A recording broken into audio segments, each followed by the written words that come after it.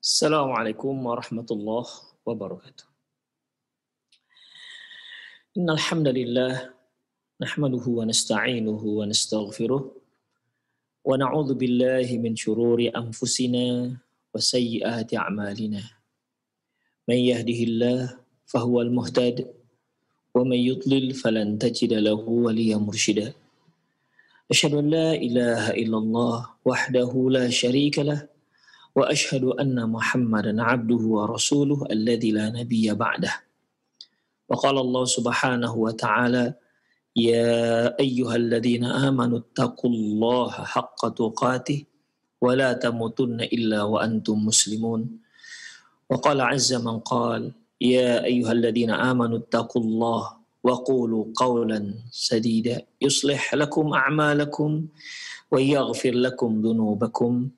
وَمَنْ يُطِعِ اللَّهَ وَرَسُولَهُ فَقَدْ فَازَ فَوْزًا عَظِيمًا يَا أَيُّهَا النَّاسُ اتَّقُوا رَبَّكُمُ الَّذِي خَلَقَكُم مِّن نَّفْسٍ وَاحِدَةٍ وَخَلَقَ مِنْهَا زَوْجَهَا وَبَثَّ مِنْهُمَا رِجَالًا كَثِيرًا وَنِسَاءً وَاتَّقُوا اللَّهَ الَّذِي تَسَاءَلُونَ بِهِ وَالْأَرْحَامَ إِنَّ اللَّهَ كَانَ عَلَيْكُمْ رَقِيبًا أَمَّا بَعْدُ إِنَّ أَصْدَقَ الْحَدِيثِ كِتَابُ اللَّهِ وَخَيْرَ الْهَدْيِ هَدْيُ مُحَمَّدٍ sallallahu alaihi wasallam wa syarrul umur muhdatsatuha wa kullu muhdatsatin bid'ah wa kullu bid'atin dhalalah wa kullu dhalalatin finnar.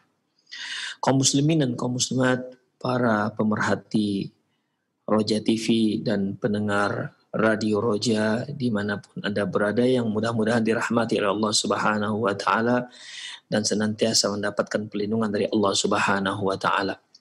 Alhamdulillah, kita kembali bertemu dalam program acara Perjalanan Setelah Kematian, di mana pembahasan ini kita ambil dari kitab Al-Qiyamatus Sughra yang menceritakan bagaimana perjalanan manusia sejak dia diambang kematian. Kita akan membahas masalah sejak seorang berada di ambang kematian, dicabut nyawanya, dan setelah itu bagaimana perjalanan manusia setelah itu semua. Ikhwah azallahu iyyakum, di kajian lalu kita sudah membahas terkait dengan bentuk dari nikmat dan azab kubur. Sekarang kita masuk pada asbabu adzabil qabri. Sebab-sebab seorang itu mendapatkan azab kubur. Penulis mengatakan bahwasanya al-asbabul lati yu'adzabu biha ashabul qubur 'alal qismaini. Bahwasanya sebab, satu faktor yang menyebabkan seseorang itu mendapatkan azab kubur, yaitu ada dua bagian. Sebab ataupun faktor seorang mendapatkan azab kubur itu bisa dibagi dua. Terdapat dua bagian. Mujmalun, yaitu sebab global, sebab secara global, yaitu ya disebutkan secara umum, ya. Wa mufassal, dan yang mufassal, dan yang penyebab yang disebutkan secara rinci sebab perbuatannya. Seperti misalnya seorang kalau melakukan perbuatan ini maka dia akan mendapatkan azab kubur. Nah, demikian. Wa ammal mujmal fa innahum yu'adzabuna ala jahlihim billah. Adapun yang mujmal, sebab umum, dikarenakan mereka mendapat azab dikarenakan kejahilannya kepada Allah Subhanahu wa taala, wa ida'atihim li amrihi wartikabihim ma'asihi, dan dikarenakan mereka tak menggubris perintah Allah dan melanggar larangan Allah. Ikhwah rahimahullah, sebelum kita masuk ini semua, ya, pelajaran ini perlu sedikit saya ulang, ya, untuk mengulang pelajaran sedikit saja, yaitu antara fitnah kubur dengan adab kubur. Fitnah kubur dengan adab kubur. Fitnah kubur yaitu berbeda dengan adab kubur. Ini sebenarnya sudah kita bahas ya di kajian-kajian lalu. Fitnah kubur beda dengan adab kubur. Adapun fitnah kubur yaitu ketika malaikat mungkar dan nakir datang mengajukan 3 pertanyaan. Ini disebut dengan fitnah kubur, ujian kuburan. Adapun azab dan nikmat itu merupakan hasil daripada tes ini. Hasil daripada fitnah kubur. Berhasil dia melewati fitnah kubur, maka dia akan mendapatkan nikmat kubur. Namun jika dia tak berhasil melewati fitnah kubur, ya kita katakan tes lah. Ya. Ketika dia kalah ataupun tak berhasil dalam menjawab fitnah kubur, ujian kubur, maka dia akan dapat azab kubur. Makanya ikhwah, sekali lagi bedakan antara fitnah kubur dengan azab kubur. Fitnah kubur ini merupakan ujian ataupun pertanyaan, 3 pertanyaan yang diajukan oleh malaikat kepada seorang yang sudah meninggal dalam kuburnya. Hasil dari fitnah kubur inilah nanti akan apakah dia mendapatkan azab kubur ataukah dia mendapat nikmat kubur. Demikian ikhwah rahimanallahu wa iyyakum. Adapun fitnah kubur seperti yang telah kita pelajari, ya semua akan mendapatkannya. Ya, akan mendapatkannya. Artinya baik orang mukmin maupun orang kafir juga akan ditanya. Ya, juga akan ditanya. Memang ada khilafiyah dengan para ulama apakah orang kafir juga perlu ditanya tentang marabbuka wa manabiyuka wa madinuka. Ya, sebagian ulama ada yang menyatakan tidak. Mereka tidak mendapatkan fitnah kubur. Untuk orang kafir tidak ada fitnah kubur, dia langsung dapat adab kubur. Jadi bagi pendapat yang pertama ini menyatakan bahwasanya ya fitnah kubur hanya untuk orang beriman saja, untuk orang muslim saja. Adapun orang kafir tidak. Langsung mereka mendapat adab kubur. Namun yang rojih karena dalam hadis juga disebutkan ikhwah bahwasanya fitnah kubur itu juga diajukan pada baik orang mukmin, baik orang kafir maupun orang mukmin. Bahkan anak kecil yang meninggal, yang belum balik juga mendapatkan pengajuan dari pertanyaan ini dari malaikat mungkar dan nakir. Karena Rasulullah SAW pernah berdoa. Doa ini diriwayatkan oleh Abi Hurairah radhiyallahu anhu, di mana beliau berdoa, Allahumma qihi, ya Allah selamatkan dia. Ini jenazahnya anak kecil. Ya, Rasulullah SAW berdoa untuk jenazah anak kecil, sobi. Ya. Isi doanya Allahumma qihi min fitnatil qabri wa min adzabil qabri.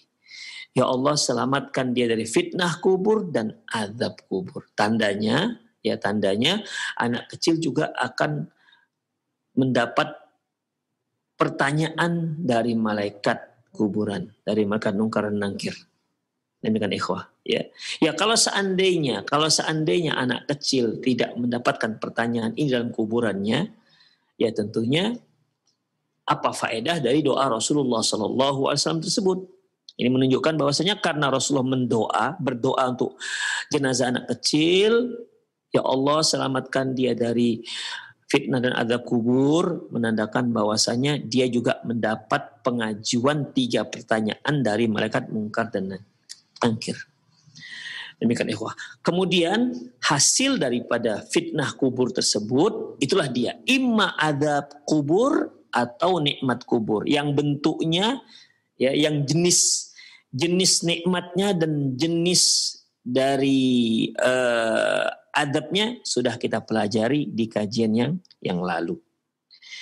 Ikhwah rahimani Allah wa iyyakum. Nah, untuk adab dan nikmat kubur ini ya semua mendapatkan, ya semua mendapatkannya. Baik orang mukmin, orang yang soleh, yang enggak soleh, apalagi dia adalah orang kafir. Ini sebagaimana telah kita sebutkan ya perkataan Imam Al-Qurtubi.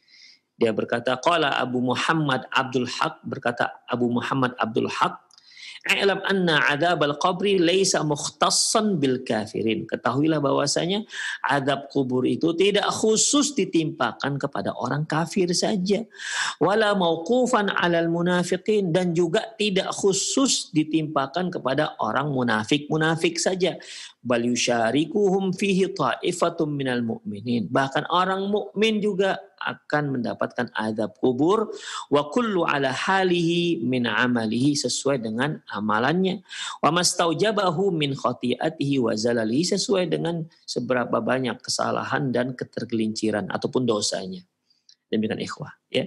Jadi intinya bahwasanya kita sekarang bicara tentang azab kubur. Fitnah kubur sudah lewat, kemudian sekarang adalah kita sudah pelajari bentuk nikmat dan azab kubur. Nah, sekarang kita akan mempelajari yaitu penyebab seorang mendapatkan azab kubur. Penulis mengatakan bahwasanya azab kubur itu disebabkan 2 faktor. Pertama, faktor umum, yang kedua faktor khusus. Faktor umum yaitu seorang diadab, mendapatkan adab kubur dikarenakan kejahilannya kepada Allah Subhanahu wa taala. Ya, kejahilannya kepada Allah Subhanahu wa taala. Ini seperti orang-orang kafir ya. Dia jahil terhadap Allah atau mungkin pura-pura nggak tahu terhadap Allah Subhanahu wa taala. Karena kalau siapapun dia, kalau sudah mendengar di sana ada agama Islam, maka dia wajib untuk mengetahuinya. Kalau dia dengar di sana ada agama Islam, kemudian agama yang terakhir yang dibawa Muhammad, kemudian dia tak peduli, maka cukup dengan mendengar itu saja, dia sudah akan dimintai pertanggungjawabannya atas pendengarannya itu. Demikian ikhwah. Ya, orang-orang seperti ini jelas akan diazab. Karena kalau dia tak masuk Islam, maka dia akan diazab oleh Allah Subhanahu wa taala di kuburannya, dan lebih lagi nanti di dalam api neraka di akhirat kelak. Demikian ikhwah. Ya. Kemudian juga dikarenakan idha'atihim li amrihi wartikabi ma'asihi. Yang kedua, sebab umum yaitu sebab dikarenakan seorang itu mengabaikan perintah Allah. Mengabaikan perintah Allah dan melanggar larangan Allah. Perintah Allah banyak sekali ikhwah. Maksudnya perintah di sini perintah yang sifatnya wajib. Ya. Perintah yang sifatnya wajib seperti sholat, dia nggak sholat. Allah perintahkan supaya dia laksanakan sholat, tapi dia nggak sholat. Ya, terlepas dari masalah sholat, apakah seorang nggak sholat itu dia kafir ataukah dia masih muslim, maksudnya orang yang sholatnya ya nggak lengkap lah kita katakan. Ya, intinya itu termasuk orang yang mengabaikan perintah Allah, zakat misalnya, atau seorang suami yang wajib untuk menafkahi anak dan istrinya tapi tidak dia nafkahi, ini kan mengabaikan perintah Allah. Dia adalah tanggung jawab dan kewajiban dari Allah Subhanahu wa taala. Ar-rijalu qawwamuna 'alan nisa bima faddalallahu ba'dahum 'ala ba'din wa bima anfaqu min amwalihim. Laki-laki itu merupakan pemimpin bagi kaum wanita dikarenakan Allah mengistimewakan sebahagian kalian dibandingkan sebahagian yang lain, dan dikarenakan laki-laki itu yang menafkahi, artinya untuk kaum wanita. Tapi dia abaikan, maka dia termasuk salah satu sebab azab kubur secara umum. Tapi tak disebutkan rincinya, nggak disebutkan bahwasanya apabila seorang suami mengabaikan, tidak menafkahi istrinya, maka dia akan diazab dalam kubur. Itu tidak ada. Tapi secara umum termasuk. Ya, segala perkara, semua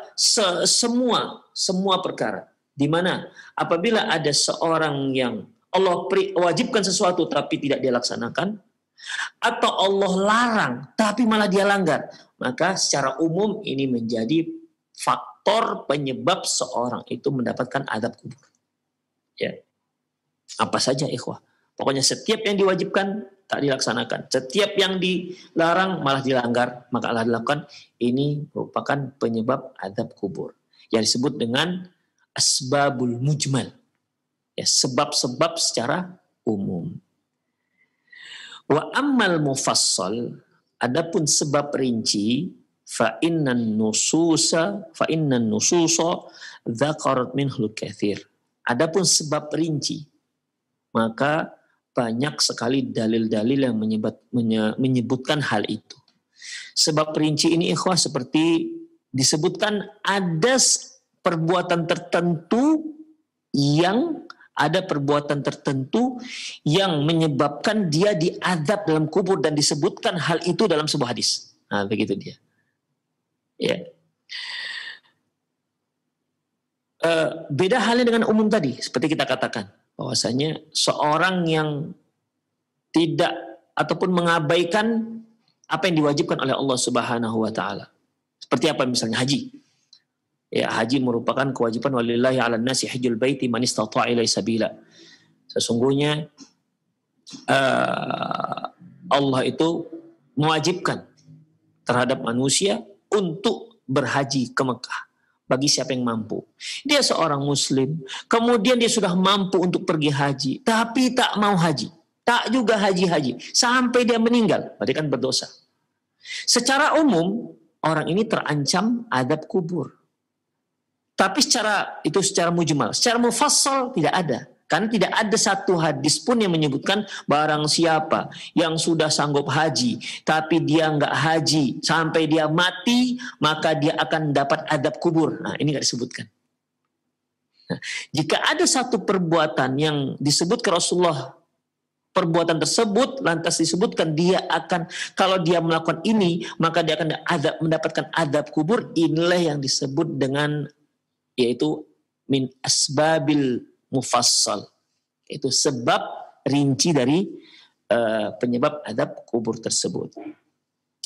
Dan banyak hadis-hadis yang menyebutkan perkara-perkara tertentu di mana hal itu dapat menyebabkan dia ataupun si pelakunya mendapatkan azab kubur. Wa sanushiru ila mattala'na ala dzikrihi fil ahadits, dan kita akan sebutkan sesuai dengan apa yang kami ketahui yang disebutkan dalam hadis-hadis Rasulullah sallallahu alaihi wasallam.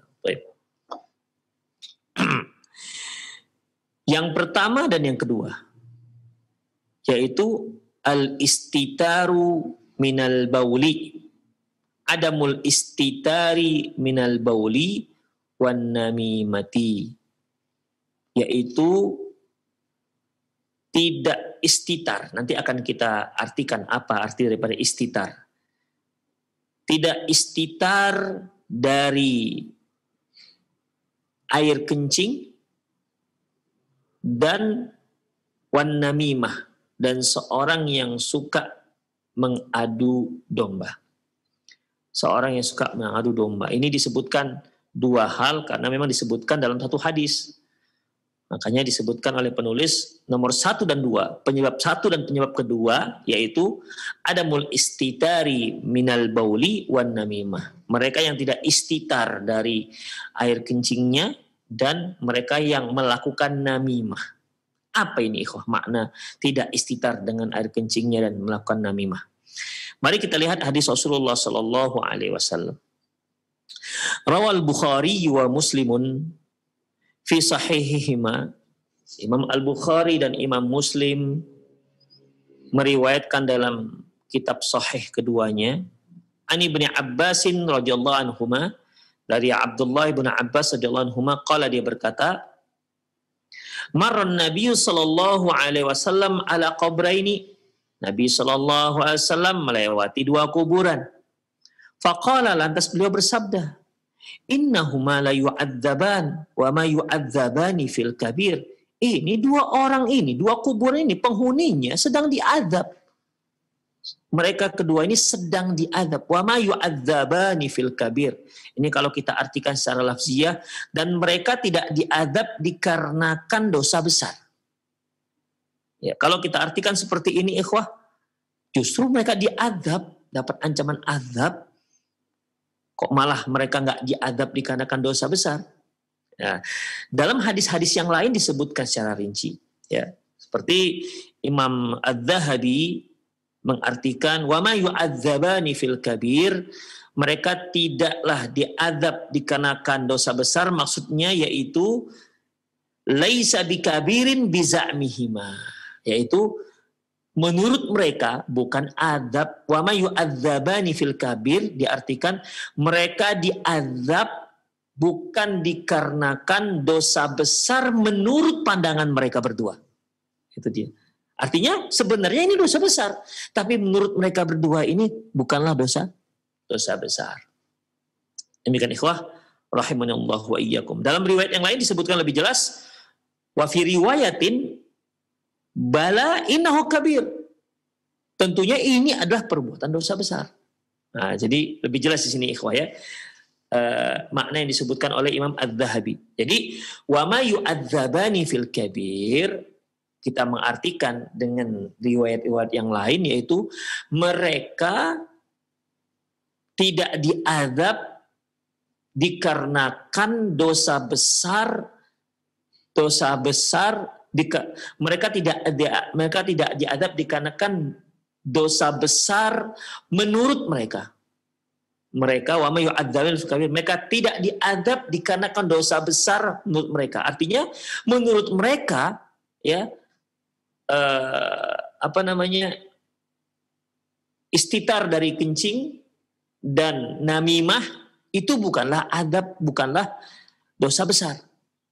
Makanya innahuma lakabirun. Tentu ini yang mereka lakukan adalah dosa besar. Demikian para pemirsa. Itu makna daripada wa ma yu'adzabani fil kabir, yaitu mereka tidak diazab dikarenakan dosa besar menurut mereka. Ya, menurut mereka. Artinya menurut mereka itu bukanlah dosa besar, padahal memang dosa besar. Baik. Summa qala bala.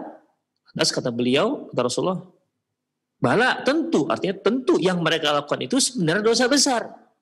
Ya, yang mereka lakukan itu sebenarnya adalah dosa besar. Amma ahaduhuma fakana yas'a bin namimah. Adapun salah seorang mereka, ini penyebab rinci ikhwah, satu perbuatan dosa yang menyebabkan dapat azab kubur. Amma ahaduhuma, adapun salah seorang mereka yang yas'a fakana yas'a bin namimah. Mereka suka namimah. Apa yang dikatakan namimah ikhwah rahimanallahu wa iyyakum? Yang dikatakan namimah yaitu seorang yang mendengar berita di sini, dibawa kemudian dikabarkan kepada orang ini. Supaya apa ikhwah? Supaya mereka bermusuhan. Atau walaupun tidak ada maksud bermusuhan, gara-gara berita yang dia sampaikan, maka akhirnya dua orang ini bermusuhan atau tidak enakan hati. Maka pelakunya namimah. Dikatakan namimah. Makanya Allah Subhanahu wa taala pernah mengatakan, ada menyebutkan wala tuti' kulla halafim mahin hammazim masya'im binamim. Hammazim masya'im binamim. Jangan kalian taati. Jadi orang-orang seperti ini, orang-orang yang suka mengadu domba, jangan kalian taati mereka. Ya. Dapat berita di sini, sampaikan di sini. Dapat berita di sini, sampaikan di sini. Kerjanya mengadu domba. Ya, sampai Rasulullah mengatakan, la yadkhulul jannah an-namam. Tak masuk surga orang yang mengadu domba. Atau bahasa kita penghasut. Ya. Dan orang-orang seperti ini ada ikhwah. Ya, ada. Bahkan bukan hanya dalam kehidupan umum, bahkan orang-orang yang ada, sekadang mereka ada di sekitar para ustadz, para da'i, merusak hubungan antar da'i, merusak hubungan antar para ustadz. Ya, dia dengar dari ustadz di sini, kemudian dia bawa berita itu kepada ustadz di sini, sehingga dua ustadz itu saling tidak enakan. Baik dia sengaja untuk mengadu domba ataupun dia tidak menyengaja, ya, tapi akhirnya apa yang dilakukan itu menyebabkan dua ustadz ini atau beberapa ustadz akhirnya tidak saling enakan, maka orang ini dikatakan namam. Ya, orang ini dikatakan namam. Hati-hati ikhwah. Ya tidak sedikit ya para dai akhirnya tidak enakan gara-gara orang-orang seperti ini. Tidak sedikit, dan itu ada di sekitar kita. Masya Allah. Na'udzubillah min dzalik. Makanya hati-hati. Nah, kalau nasihat saya untuk para dai, masukan, kalau kita mendengar berita Ustadz ini mengomentari Ustadz ini, udahlah kita abaikan saja. Jangan tanggapi para pembawa berita seperti ini, ikhwah. Karena akan merusak hati kita. Kalau memang kita anggap itu nggak perlu, ya sudah, abaikan saja.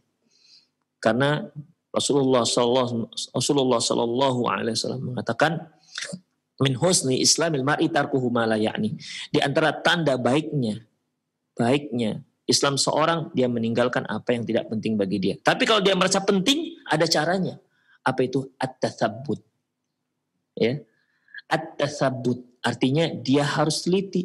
Ya ayyuhalladzina amanu in ja'akum fasikum binaba'in fatabayyanu. Itu dia, ikhwah. Ini merupakan kaidah yang sudah ditetapkan Allah Subhanahu wa taala supaya kita itu bisa enak hidup di dunia ini.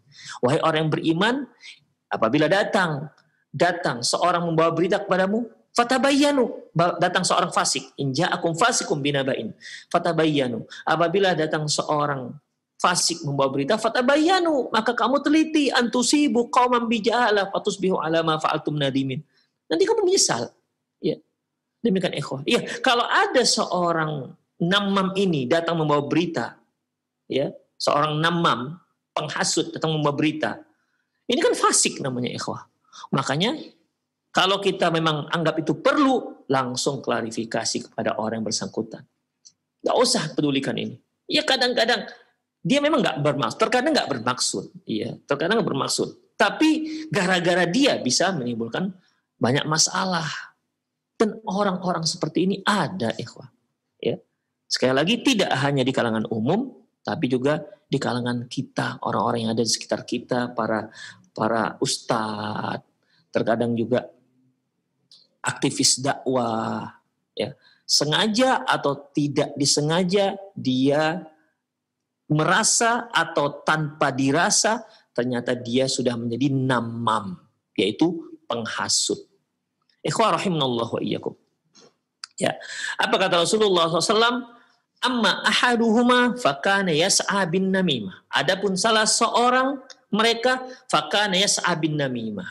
Dia yas'a bin namimah, yaitu suka mengadu domba, penghasut, sehingga bertengkar dua orang ini gara-gara berita yang dia bawa.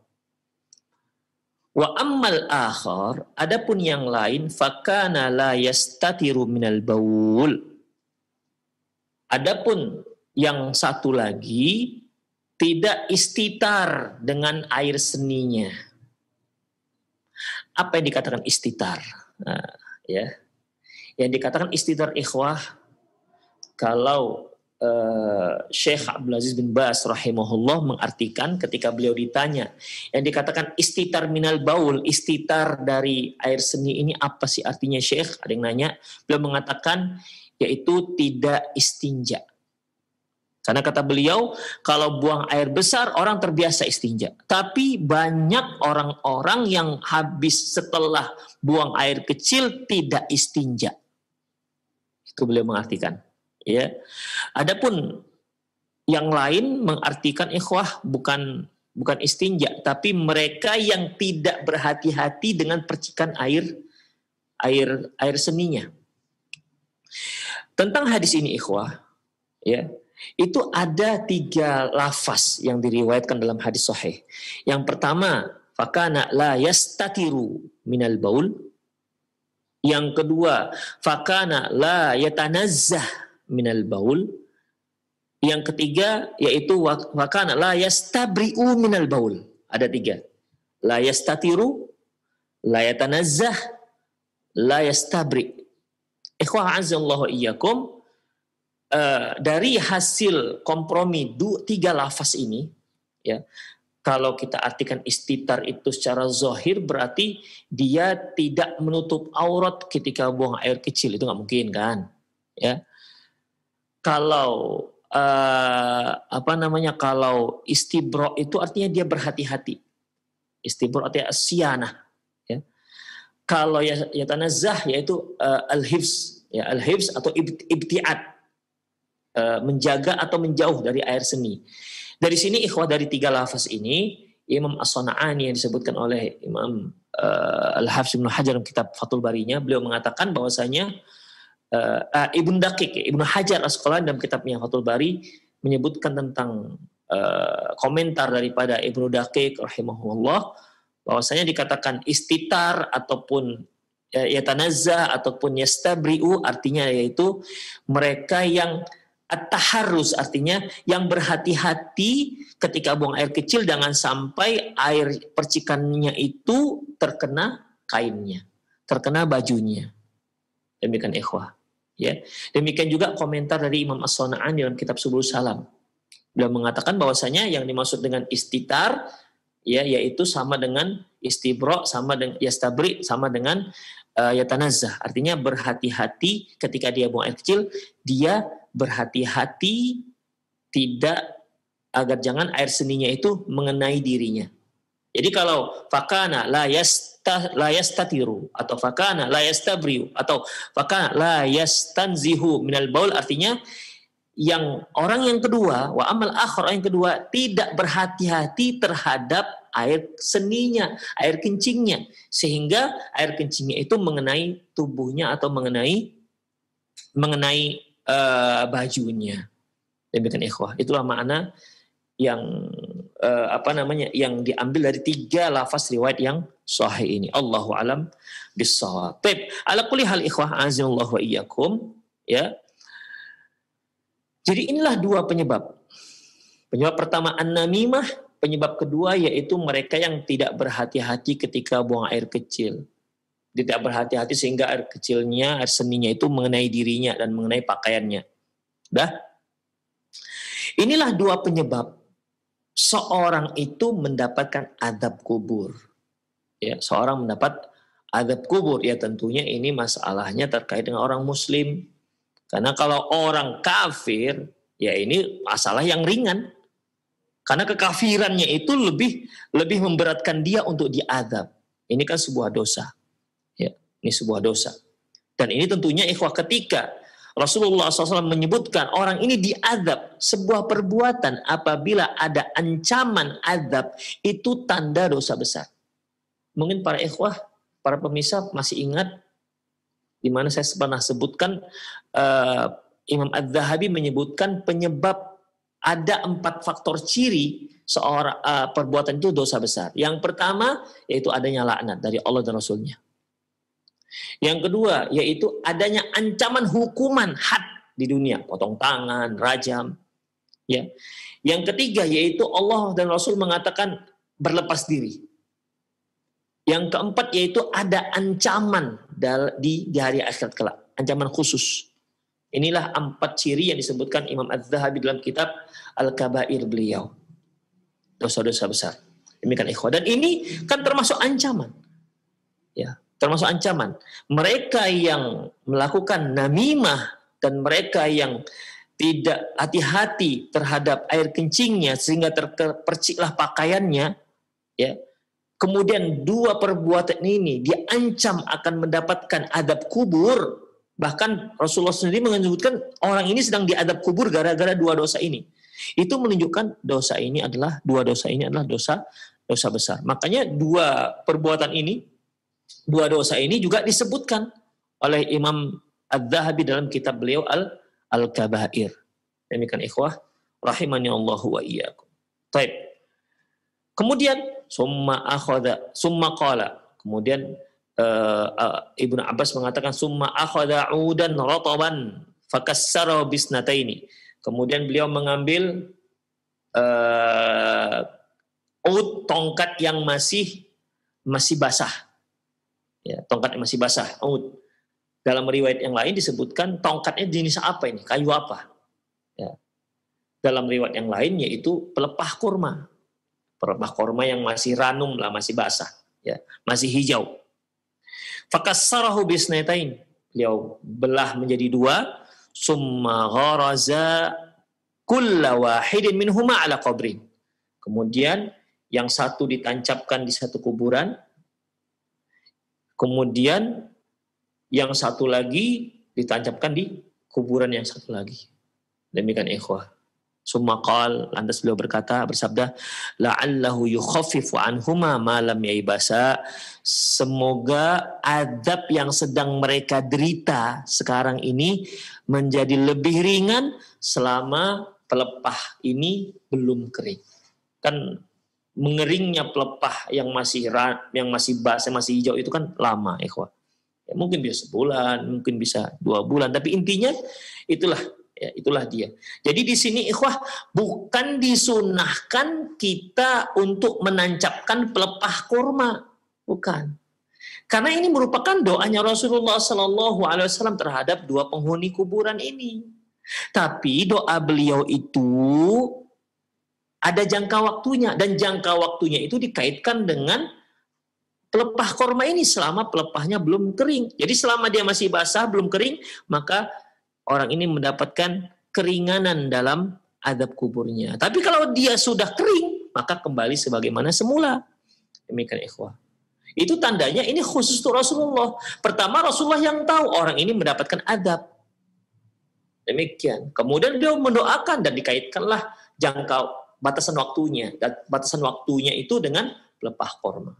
Demikian ikhwah, azallahu iyyakum. Namun kajian kita yaitu 2 dosa ini, yaitu dosa yang bisa mengakibatkan seorang diancam mendapatkan adab kubur. Hadis tadi diriwayatkan oleh Imam Al-Bukhari. Baik. Warwan Nasai an Aisyah radhiyallahu anha, diriwayatkan oleh Imam Nasai dari Aisyah radhiyallahu anha, qalat, dia berkata, dakhalat alayya imra'atun minal yahud, bahwasanya seorang wanita Yahudi mengunjungi saya, faqalat, dan berkata, inna adzabal qabri minal baul, sesungguhnya adab kubur itu gara-gara air seni. Faqultu kadzabti, ku katakan enggak, kata Aisyah, kadzabti kalau bahasa Quraisy itu kamu salah, ya. Faqalat bala, inna la nuqridu minhul jilda wa thawba. Wanita ini mengatakan, iya, dia akan dapat adab. Makanya kami, kalau ada kulit dan pakaian kami yang terkena air seni, kami gunting itu. Ya, kami gunting. Itu cara mereka, orang Yahudi. Bedakan dengan Islam. Dalam Islam, kalau seandainya pakaian kita terkena air kencing, ya dicuci. Ya, sebagaimana sabda Rasulullah SAW, yughsalu min baul jariyah wa yurashu min baul ghulam. Maksudnya ompolnya anak perempuan dicuci, pakaian apa saja yang terkena ompolnya anak perempuan dicuci, dan kalau untuk ompolnya anak laki-laki, bayi laki-laki cukup dipercik-percikan saja. Itu menandakan bahwasanya dalam Islam dia cukup dicuci saja sampai bersih. Ya coba ikhwah, seandainya Islam mengatakan digunting, Allahu Akbar, itu popok anak kita nggak bisa dipakai lagi, bedungnya nggak bisa dipakai lagi, ya kan? Sekali kena kencing buang, sekali kena ompol buang. Demikian ikhwah azzallahikum. Berarti yang mereka yang pakai pakai dalaman, masya Allah itu kan berapa 1 bulan diganti terus, diguntingi terus kan? Demikian ikhwah rahimanallahu. Al-Islam dinus samhah. Islam itu agama yang Allahu Akbar, agama yang mudah, ya, agama yang tenang, mudah. Wa ma ja'ala 'alaikum fid dini min haraj. Allah tidak jadikan agama ini untuk menyusahkan kalian. Nih, tengok agama Yahudi. Kata perempuan ini, kami kalau pakaian kami ada kulit kami, maksudnya pakaian kulit atau apa yang terbuat dari kulit, kalau terkena air kencing nggak ada ampun, potong. Demikian kata wanita Yahudi tersebut. Fakharaja Rasulullah SAW ila shalah, lantas Rasulullah pun pergi untuk sholat. Waqadirtafa'at aswatuna, ternyata suara kami mulai naik ini, gaduh. Ya. Faqala, lantas Rasulullah berkata, mahadha, apa ini gaduh-gaduh? Fa akhbartuhu bima qalat, lantas aku menceritakan apa yang dikatakan wanita Yahudi itu, kata Aisyah radhiyallahu anha. Faqala sadaqat, kata Rasulullah, sadaqat, betul si perempuan itu. Qalat, lantas Aisyah berkata, fama shalla ba'du yawma idzin illa qala dubura kulli salatin, dan sejak saat itu Setiap kali beliau selesai sholat, beliau mengucapkan Rabbi Jibril wa Mikail wa Israfil a'idni min harrin nar wa adzabil qabri. Wahai Rabb Jibril dan Mikail dan Israfil, lindungilah aku dari panasnya api neraka dan panasnya api neraka dan adab kubur. Demikian ikhwah. Wa hadzal ladzi asyara ilail hadis min anna bani Israil kanu yuqriduna minal baul jil wa sauba. Hadis yang disebutkan ini bahwasanya Bani Israel itu menggunting kain atau pakaian mereka dan kulit mereka, bukan kulit ini ya, tapi kulit yang mereka pakai ya,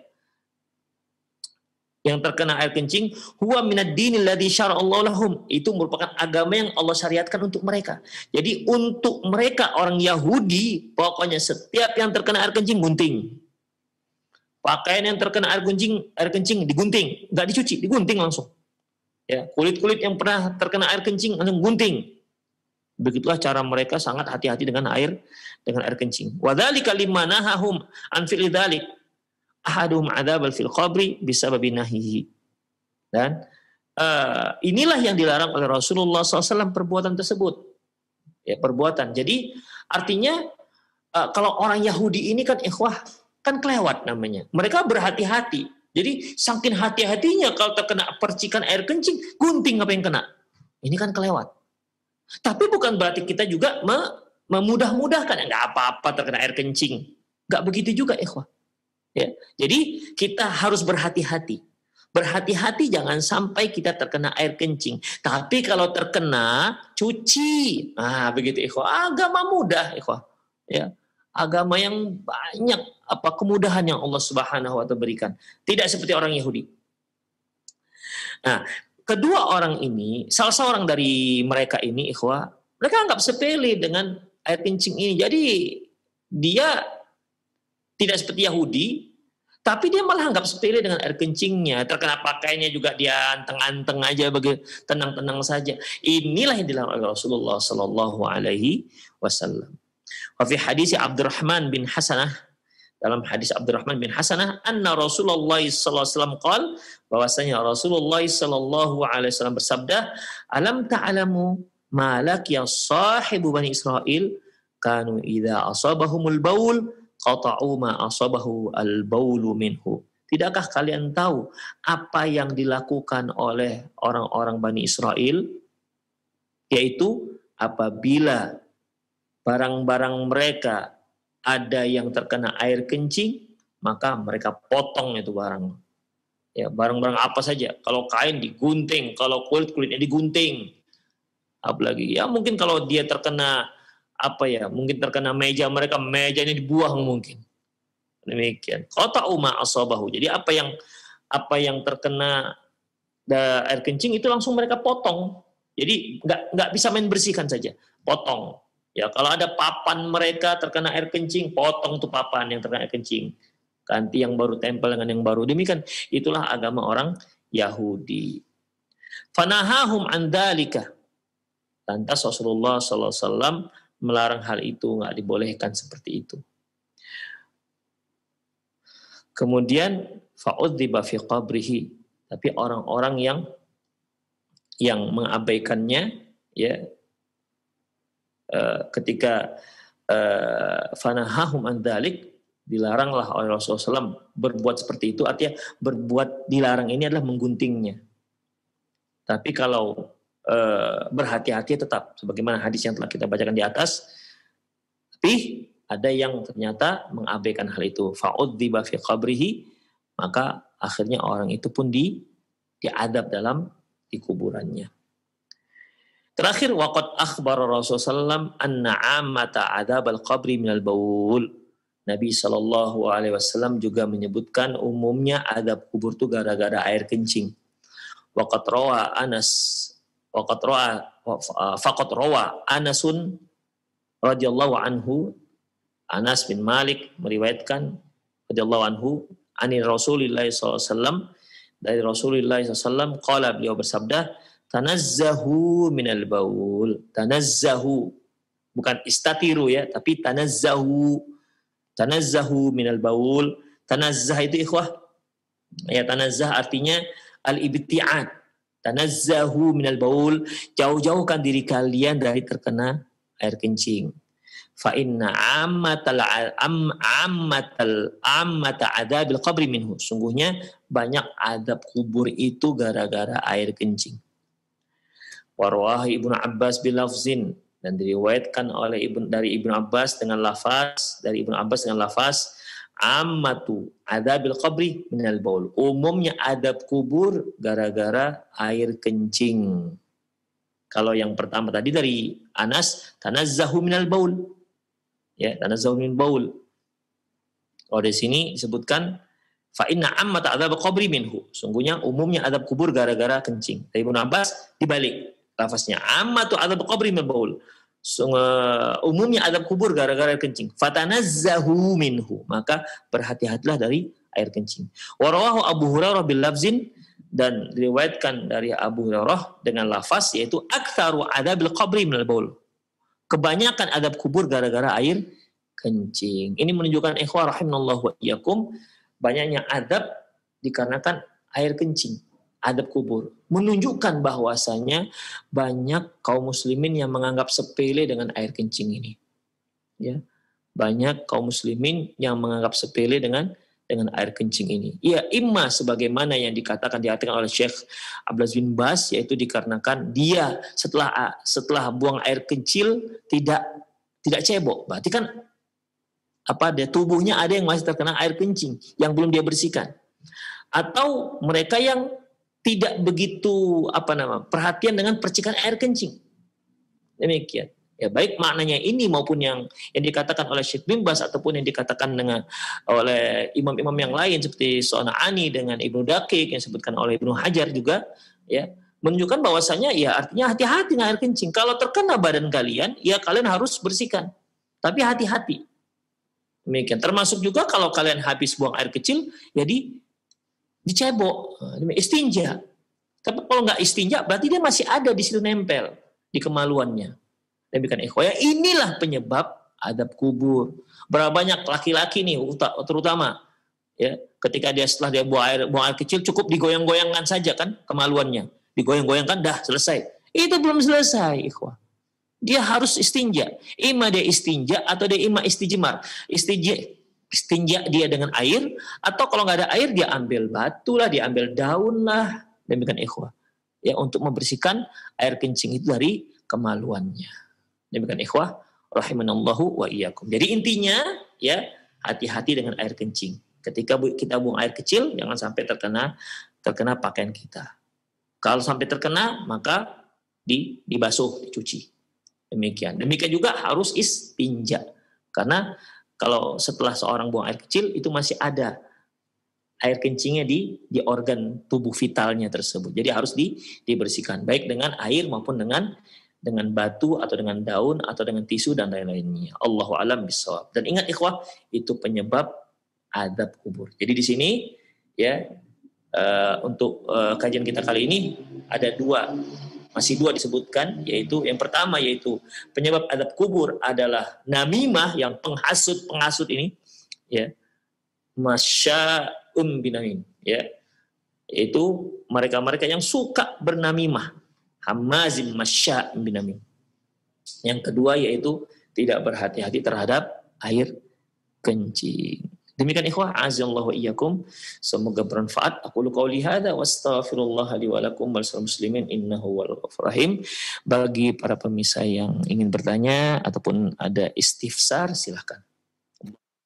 Nah, jazakallahu khairan wa barakallahu fikum Ustaz atas penjelasan materi yang sangat bermanfaat sekali di kesempatan ini berkaitan dengan sebab-sebab orang mendapatkan azab kubur. Nah, ikhwat Islam wajazakumullah, silakan bagi Anda yang ingin bertanya secara langsung. Untuk pertanyaan pertama kita awali dari pesan singkat. Assalamualaikum warahmatullahi wabarakatuh, dari hamba Allah. Ustadz, apakah ada riwayat hadis yang menjelaskan tentang orang yang meninggal akan diuji di kuburnya selama 3 hari, sehingga dianjurkan untuk memberi makan ke orang lain selama 3 hari tersebut? Mohon penjelasan dari Ustadz. Jazakallahu khairan.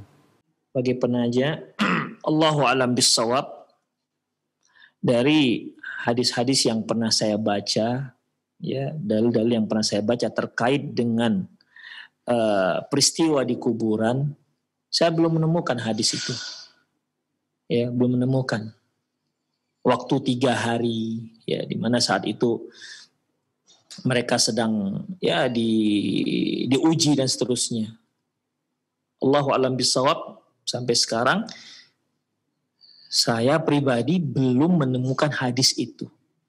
Sebagaimana kaidah yang telah kita sebutkan di awal pelajaran kita ini, yaitu karena ini masalah gaib, maka kita tidak bisa bicara tentang masalah gaib kecuali ada dasarnya, ada buktinya, ada datanya yang valid, baik dari Al-Quran maupun dari Sunnah Rasulullah Sallallahu Alaihi Wasallam.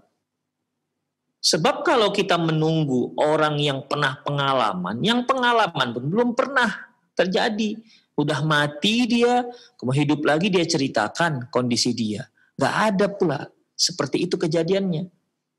Ya, kalaupun itu terjadi, belum bisa juga kita percaya iya apa iya begitu, ya apa enggak. Makanya ikhwah, ketika kita bicara masalah gaib seperti ini, masalah kuburan, masalah surga, masalah neraka, masalah padang mahsyar, masalah roh dan seterusnya, maka kita harus datangkan dalil. Kita bicara hanya boleh berada di putaran dalil, nggak boleh keluar dari situ.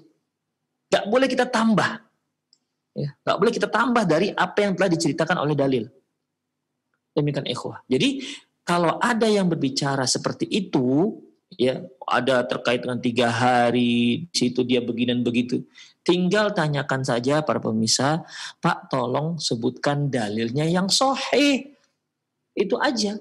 Ya, karena memang caranya hanya begitu kita bisa beriman dengan hari akhirat terkait dengan adab kubur. Tolong sebutkan dalil yang sahih. Kalau kata kiai, kata ustadz, itu tidak bisa jadikan dalil untuk masalah ini. Ini bukan cerita masalah fikih. Ya. Ya. Kalau fikih memang ada satu dalil, kemudian masing-masing pak orang alim ini beristimbat dengan satu dalil misalnya. Tapi masing-masing punya perspektif yang beda, sudut pandang yang berbeda, pengertian yang berbeda misalnya. Tapi kalau ini nggak bisa, ikhwah. Ya. Ada dalil kita cerita. Kalau nggak ada dalil, udah kita diam. Demikian. Jangan kita tambah-tambah. Makanya kalau para pemirsa Anda mendengar seorang kiai, seorang ustadz, ataupun ada membaca bahwasanya yang seperti tadi itu, sebagaimana pertanyaan tadi, tinggal lihat aja, kalau dia baca, tengok ada nggak dalil yang dia sebutkan. Kalau nggak ada, tawakuf dulu, jangan langsung percaya. Tawakuf itu artinya kita nggak iyakan dan kita tidak tidakkan, begitu. Tidak kita iyakan dan juga tidak kita iyakan. Sebab kalau kita iyakan, jangan-jangan salah. Kalau kita tidakkan, jangan-jangan dia berdalil. Demikian. Jadi tawakuf dulu. Kalau tidak ada disebutkan. Kalau dia dari pernyataan seorang ustadz kesempatan, para pemirsa bisa tanyakan dalilnya, tanyakan buktinya, Pak, tolong Pak sebutkan dari Al-Quran atau sebutkan dari hadis yang sahih. Kalau ternyata dia dari dalil, dari hadis, sebutkan, Pak, sahih nggak dalilnya, siapa yang mensahihkan misalnya. Mungkin dia sebutkan dari Imam Bukhari. Jadi kalau ada buktinya dari Al-Quran dan Sunnah Rasulullah SAW, minimal perkataan para sahabat lah. Karena kalau sahabat sudah berbicara masalah gaib, itu kemungkinan besar hukumnya hukum marfu. Ya, kemungkinan besar hukumnya hukum marfu. Karena nggak mungkin para sahabat itu berbicara dengan tanpa ilmu. Karena nggak ada ijtihad di sana. Demikian ikhwah. Jadi Allahu a'lam bishawab, kalau terkait dengan saya yang pernah saya baca, yang pernah saya pelajari, tidak pernah saya menemukan dalilnya seperti itu, tidak pernah. Demikian ikhwah. Tapi kan perlu kita ketahui, adamul ilmi laisa al-ilmu bila adam, laisa al-ilmu bila adam. Tidak taunya kita belum tentu tidak ada. Ya. Bisa saja kita nggak tahu, orang lain tahu. Tapi itu dia. Tinggal kita menanyakan kepada si narasumbernya, ada nggak dalilnya. Kalau nggak ada, ya titik sampai di situ saja. Demikian ikhwah. Hingga ada dalil yang jelas. Allahu a'lam bishawab. Nah, jazakallahu khairan wa barakallahu fikum Ustaz atas jawaban yang telah disampaikan. Semoga bermanfaat untuk penanya dan kita semua yang menyimak. Nah, ikhwata Islam wazakumullah, silakan bagi Anda yang ingin bertanya secara langsung. Assalamualaikum warahmatullahi wabarakatuh, Ustaz. Waalaikumsalam warahmatullahi wabarakatuh. Dengan Bapak siapa di mana? Dengan Pak Mulyono di Tanjung Morawa, Medan. Ya, silakan Pak Mulyono. Ustaz, di malam Lailatul Qadar, apabila meninggal dunia, apa dapat ada kubur, Ustaz? Itu saja Bapak pertanyaannya. Kemudian malam Lailatul Qadar itu katanya ajal seseorang sudah diketahui untuk setahun lamanya, Ustaz, di malam Lailatul Qadar itu. Apa hadisnya sahih itu, Ustaz?